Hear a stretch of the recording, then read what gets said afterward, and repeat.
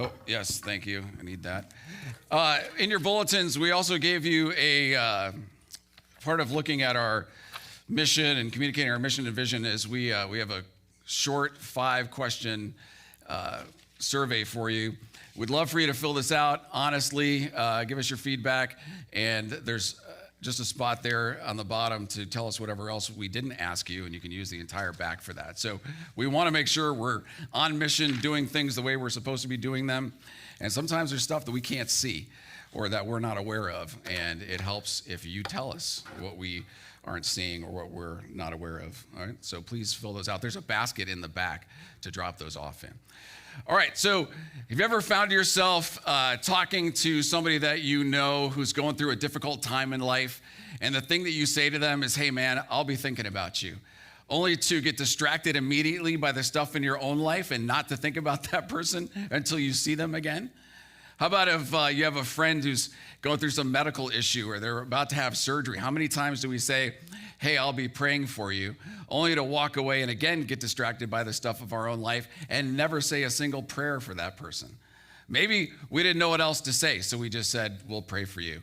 Or maybe we never intended to pray in the first place, and so we never did. How about when we text somebody who's really going through it in life and we say to them, hey, tell me what I can do for you to help you out? Why is it that we do that? Why do we put the onus on the person in pain to tell us what we can do for them? Why don't we just help them when it's obvious that they're in pain, right? I have to admit, I fail in all 3 of those things. Like, I can look around the room and see people in here that I've said to you, I'll be there for you, or I'll do this, and I didn't, and I haven't. So I've got a lot of work to do here myself. This is what Jesus was talking about in the passage Betty just read. He says, you have also heard that your ancestors were told, you must not break your vows. You must carry out the vows you make to the Lord. But I say, do not make any vows. So does that mean that we shouldn't tell people we're thinking about them or that we're praying for them or that we'll be there for them? No, it just means that we should follow through when we say those things as much as we can help it. Old Testament law, which was the law of the land in Jesus' day, was very clear about oaths and swearing oaths and making vows. Deuteronomy 23:23 said, but once you have voluntarily made a vow, be careful to fulfill your promise to the Lord your God. So even if you're making a promise to another person, it's as if you're making that promise to God. Jewish rabbis, certainly in Jesus' day, they taught that truth was of paramount importance in Jewish culture.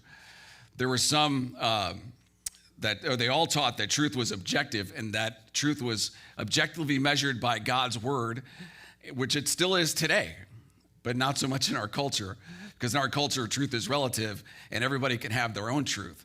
But if everybody has their own truth, then there's no objective truth that we can measure truth against, and so our truth may not be true at all in that case. Did you follow that? That's all right. Talk to me after. The school of Shammai, which was an ancient school for rabbis, they took this very literally. Like, they didn't even allow for the basic cultural politenesses and courtesies to be extended unless they were absolutely true. Which means that if somebody from this school saw a bride on her wedding day and said, oh, you look so beautiful, she better have been beautiful, because you were not allowed to tell a bride who didn't look beautiful that she looked beautiful. They were brutal at the school of Shammai, right? There was no objective beauty, or there was objective beauty. There was no beauty, it was in the eye of the beholder. She's either beautiful or she wasn't. Man, there's honesty and then there's brutal honesty. But Old Testament teaching in Jesus' day stated that if you attached an oath to what you said, or if you swore by what you said, you were obligated, A, to make truthful statements, and B, to do what you said you would do. And so the specific problem that Jesus is addressing here is that the Pharisees created a loophole. They found a way out of the vows that they made and of the oaths that they had taken. They said they found a way to say, we're technically not breaking our word, which is religious behavior at its finest. And anytime a religious person or a religious leader, for sure, manipulates the truth, ultimately that religious leader loses credibility, and it always does damage to the people that religious leader is supposed to serve and care for. So the Pharisees made an art form out of manipulating the vows and oaths that they took. And they even came up with a name for it. It was called evasive swearing. And they would swear by anything but God. And the idea was if you swore anything by God, then you were bound by that. God was involved in the transaction. He was a partner in whatever you said you were going to do or whatever you said was true. So even the Pharisees, who did whatever they could to get out of their vows, if they swore by God, they kept the vow that they made, which is why they did everything they could to avoid swearing by God. So instead of swearing by God, if a Pharisee wanted to borrow money, he might say, I swear by Jerusalem that I'll pay you back, or I'll pay by, if he wanted to be there for a friend, promised to be there for a friend, he might say, I swear by the earth that I'll be there for you, or I'll help you out. And if you're supposed to be at a special function, he might swear by his own head to be there. And Jesus says, none of that stuff works. None of that stuff gets you out of the vows that you make. They became master manipulators of escaping their vows and oaths. All they had to do was say, hey man, I may have promised you, but I didn't include God in my promise. I swore by Jerusalem, or I swore by my head, or I swore by the earth, which is hardly a way to endear themselves to the people that they promised themselves to, right? Which is why Jesus says, you've heard it, you must never break your vows. I say, don't even make vows. Even your evasive vows are no good. If you make a vow by heaven, God's involved because heaven is where God's throne is. If you make a vow by earth, it involves God because the earth is God's footstool. If you make a vow by Jerusalem, God's involved because Jerusalem is God's holy city. You can't even swear an oath by your own head because God numbered the very hairs on your head. So the Pharisees were master compartmentalizers, and because they compartmentalized their oaths and vows, they compartmentalized their faith and their relationship with Jesus. And the same thing can be true of us more often than we might want to admit. As followers of Jesus, God is present and involved in everything that we do in our lives, not just the things we invite him to be involved in. Our lives can never be divided between the things that we involve God in and the things that we don't. He's involved in everything. He's present in every aspect of our life. Psalm 37:24 says that God concerns himself with the very details of our lives, all the details, not just the ones we invite him to be a part of. So this means for me that I have to be the same person while I'm driving. We've talked about who I am when I'm driving. As I am when I'm here, as I am when I'm with my family, as I am when I'm alone and think nobody's watching. And that's not always easy to do. Do we use different language when we're around our church friends than we do when we're around our other friends? Do we have different standards around our church friends that we have around our other friends? My biggest concern for Branches right now is that our relationship with God and living out the purpose and calling that he's called us to live might be a matter of convenience for us. And I know I'm preaching to the choir because most of you are here almost every Sunday, but that's my concern, meaning that if it's convenient for us to follow Jesus and live out what he's called us to do, then we'll do it. But if it's not convenient, then we won't.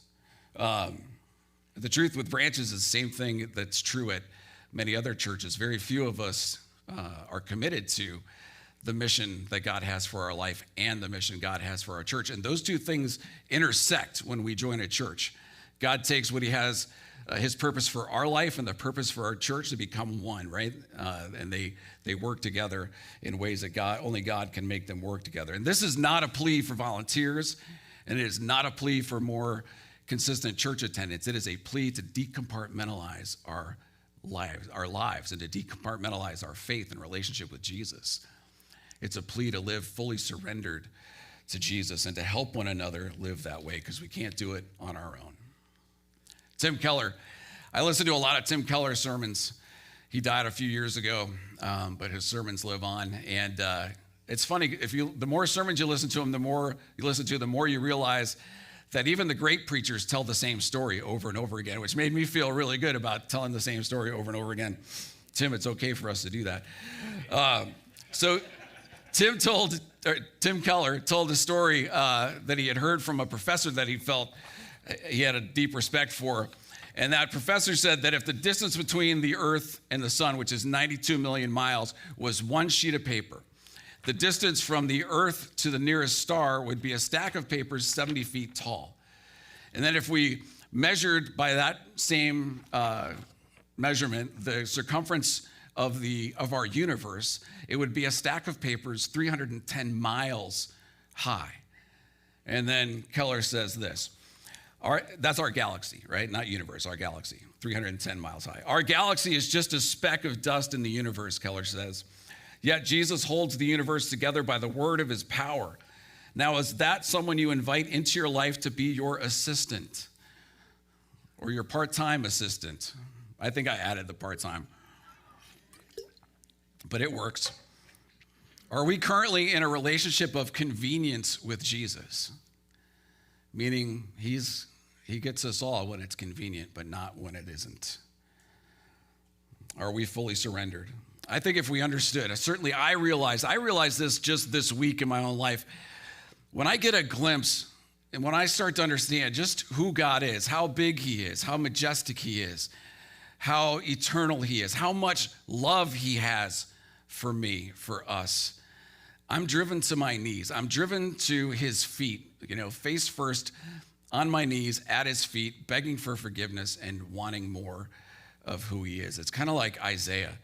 Isaiah in Isaiah 6, it says, in the year of King Uzziah's reign, I saw the Lord lofty, on his throne, and the train of his robe filled the temple. And Isaiah was undone by that experience. He said this, woe is me, for I am lost. For I am a man of unclean lips, and I dwell in the midst of a people of unclean lips.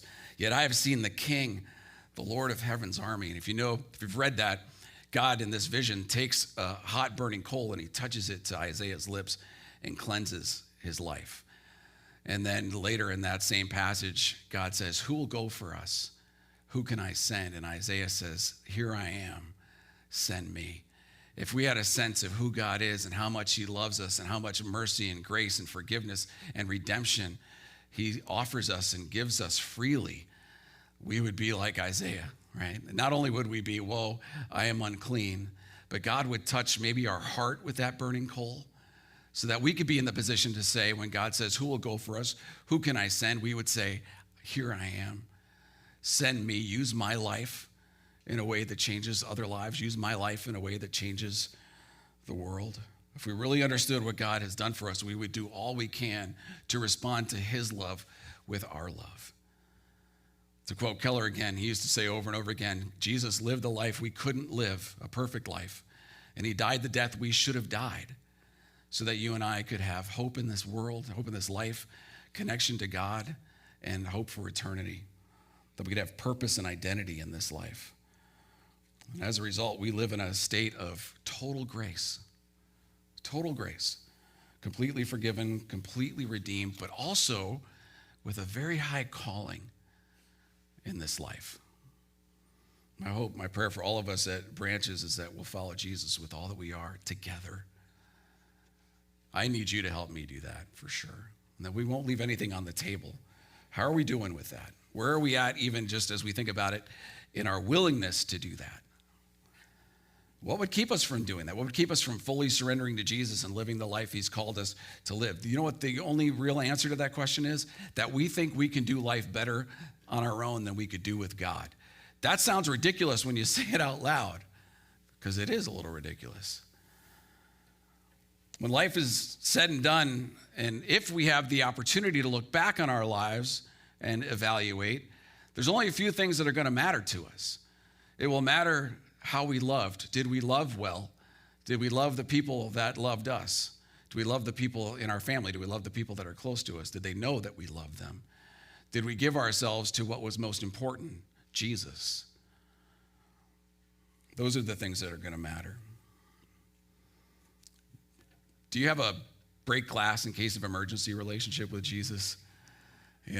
We only go to him when we're in trouble, when we need him. He'll take us even then, for sure.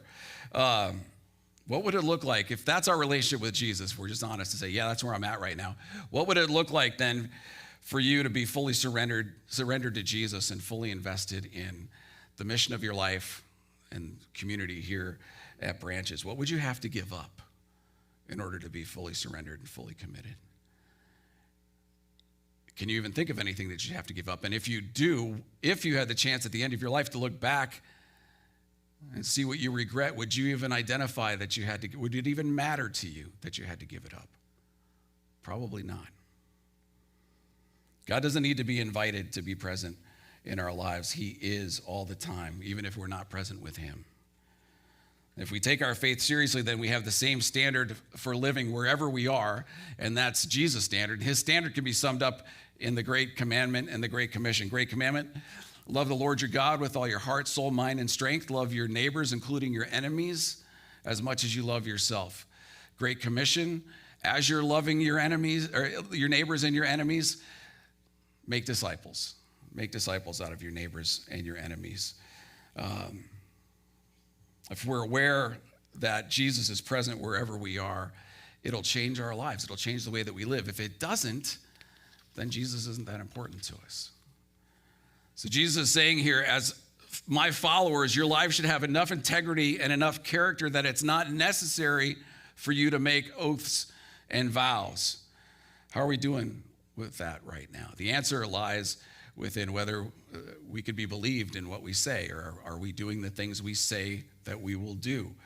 I've told you a lot of stories from my life since we've come together. I've told you the story of being on the Cooper River Bridge with a bag of cocaine on the front seat in a broken down Toyota truck, unable to get across the bridge when a South Carolina State Patrolman comes up behind me, says he'll push me, and didn't pull me over on the other side, which gave me a heart attack, but also kept me out of jail. I was in a car, also in Charleston, where the front passenger side tire came off the car and hit another car. Came off the car because my friend's wife probably loosened the lug nuts because he was cheating on her. And it hit another car, and the police came, and we had all this cocaine in the trunk, and they never looked. And for an hour, I was in my head going, I'm going to jail, I'm going to jail. But I didn't. If I shared those stories and then afterwards said, I swear to God what I'm telling you is true, would that make you believe it anymore? Would that make me more credible if I did? Leviticus 19:12 says, don't bring shame on the name of your God by using it to swear falsely, I am the Lord. When I was in my active and untreated addiction, Kara would sometimes ask me to do things. And I would say, yeah, I'll do it, with no intention to do it, if I was listening at all. I was appeasing her. Appeasement is not a good marital strategy. I do not recommend it, right? Because it meant that I didn't follow through on what I said I was going to do. I had no credibility with my wife, and I shouldn't have.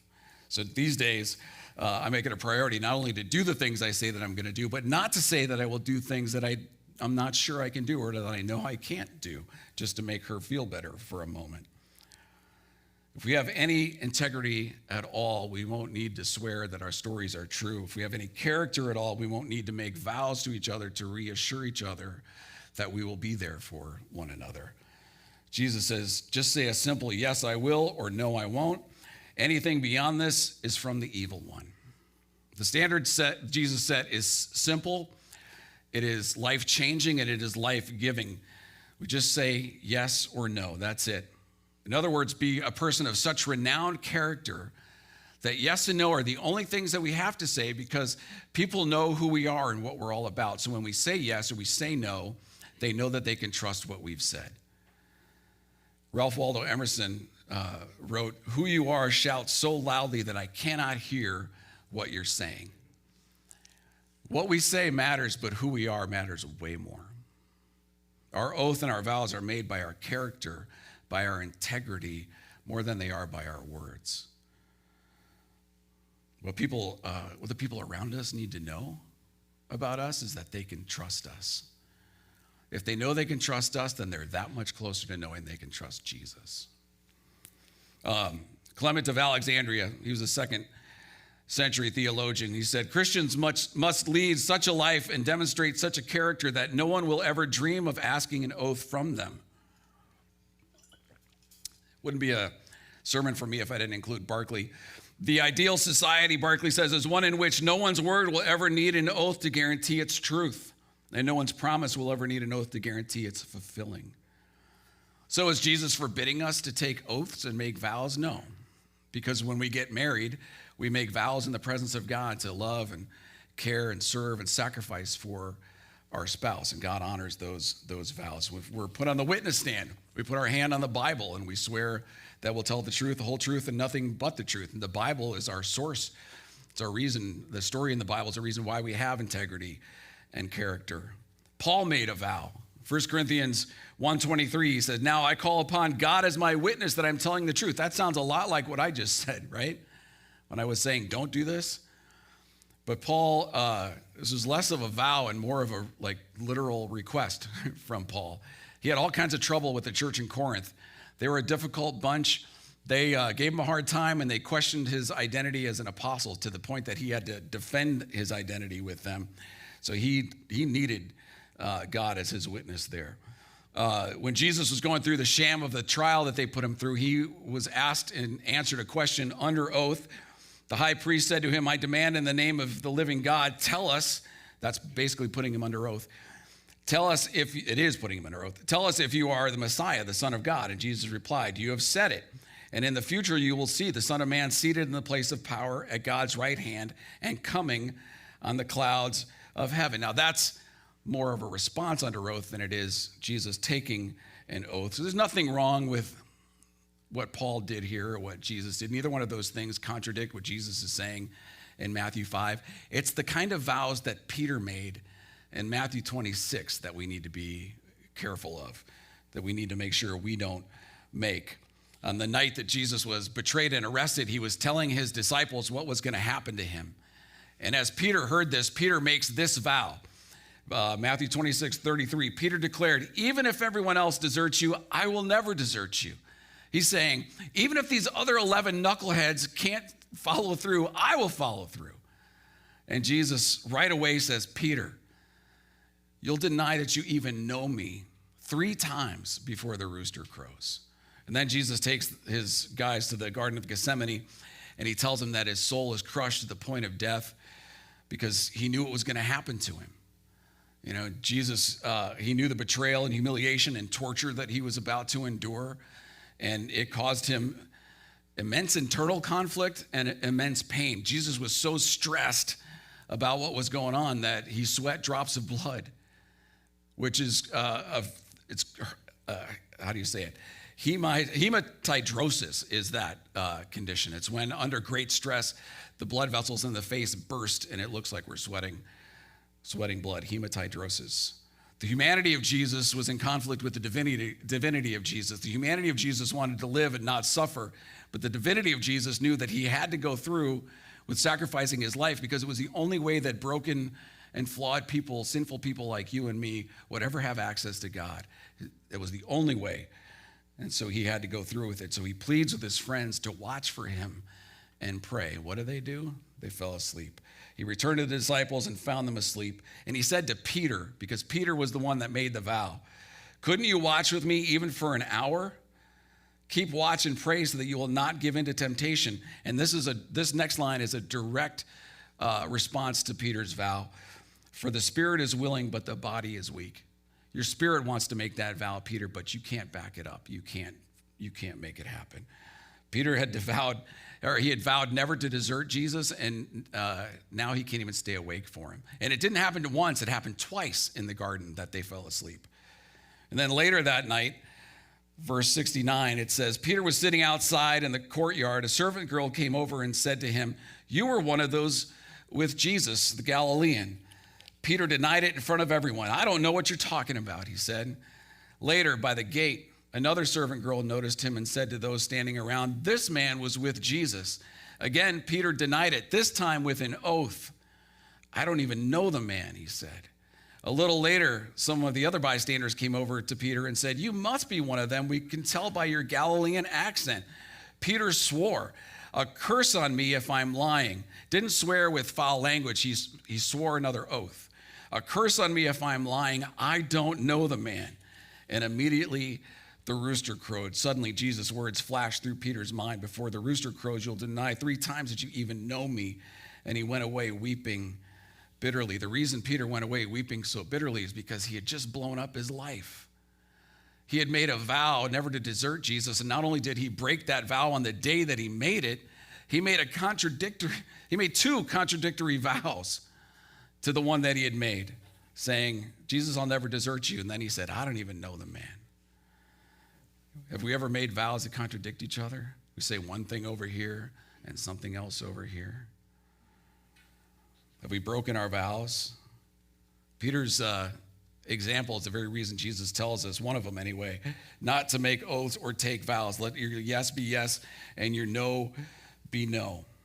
The only reason that we make people put their hand on the Bible in a court of law is because we've never in this, since the court system started, believed that people will tell the truth on their own. We think they'll only tell the truth when they're under oath. And now we know that after they do that, then we try to figure out where they're lying, right? So we don't even believe that. Vows are easily discarded and broken. Jesus is telling us in the kingdom of heaven, there's no need for people of Jesus, people of God, there's no need to make vows or oaths. Our simple yes and no, who we are, should tell the story of what's true about us. And when we make statements, they're trustworthy, they're believed. When we make commitments, people know we're going to follow through and do what we say we're going to do. And that's the way that Jesus is calling us to live, because our culture is absolutely desperate for people they can trust. Our culture is absolutely desperate for people who tell the truth and who do the things they say they're going to do. But what if we've broken our vows? What if, like Peter, we don't feel like we don't have a leg to stand on? We've failed. Now what? We fall into the arms of Jesus just like Peter did. After the resurrection, Jesus met Peter on the beach, and Jesus asked Peter 3 questions. Peter, do you love? Same question 3 times. Peter, do you love me? And Peter said, yes, Lord, you know I love you. Then feed my sheep. Peter, do you love me? Yes, Lord, you know I love you. Then feed my sheep. Peter, do you love me? Yeah, Lord, you know that I do. Then feed my sheep. 3 times Peter denied Jesus. Three times Jesus restores Peter, restores him to be an apostle. And Peter is never the same after this. Peter's not afraid. He's not timid. He doesn't have false bravado anymore. Peter is a leader that God uses to change the world. After Jesus has died, Peter stands and tells at least 4,000 men, plus women and children, that they murdered Jesus. Calls them all out for it. He was bold. He had the Holy Spirit was now in him, and Jesus had restored him. He was a totally different person. He died a martyr's death, and he died upside down as a martyr, history tells us, and he would have wanted it no other way. If we've failed, if we are somebody that right now can't be trusted, or we've broken our vows, and Jesus restores us as only Jesus can. He redeems our sin, he redeems our failure, and he restores us to a position and an identity of significance and purpose. I hear him say to you, do you love me? And just say, Lord, you know that I do. And then hear him say, feed my sheep. Get in the game. Surrender your life. We've talked a lot in recent weeks about being known by our love. We certainly want to know one another in love. We want our neighbors to know that we love them. We want our enemies to know, or people who think they're our enemies to know that we love them. If we add integrity and character, if we are people that they can trust to that love, then we will change the world. We'll bring love where there's hate. We'll bring hope where there's despair. We'll bring unity where there's brokenness, right? For sure. So as we come to communion, come this way today, maybe. Come asking Jesus to help you decompartmentalize your life.